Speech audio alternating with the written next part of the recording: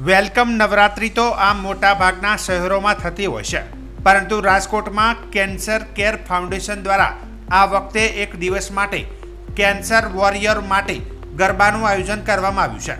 આ અંગે cancer warrior ફાઉન્ડેશનના પ્રમુખ જ્યોતિબેન શાસ્ત્રીએ જણાવ્યું હતું કે યુવાનોને બાળકો માટે તો દરેક જગ્યાએ ગરબાનું આયોજન થતું હોય છે, પરંતુ જે મોટી બીમારી કેન્સર સામે લડી રહ્યા છે તેના માટે આવું કોઈ આયોજન થતું નથી, જેથી આ વખતે જુદી જુદી સંસ્થાઓને સાથે રાખી એક દિવસ માટે આ કેન્સર વોરિયર માટેનું ગરબાનું આયોજન કરવામાં આવ્યું છે, જેમાં ગરબા સાથે જુદા જુદા ધાર્મિક કાર્યક્રમો યોજવામાં આવશે।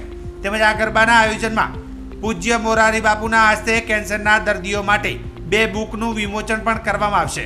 તો આ ગરબામાં રાજકોટ સહિત અન્ય શહેરોમાંથી કેન્સર વોરિયર ભાગ લેશે અને અંદાજે 3000 જેટલા ગરબા રસિકો આ આયોજનમાં જોડાશે તેવું આયોજન માની રહ્યા છે।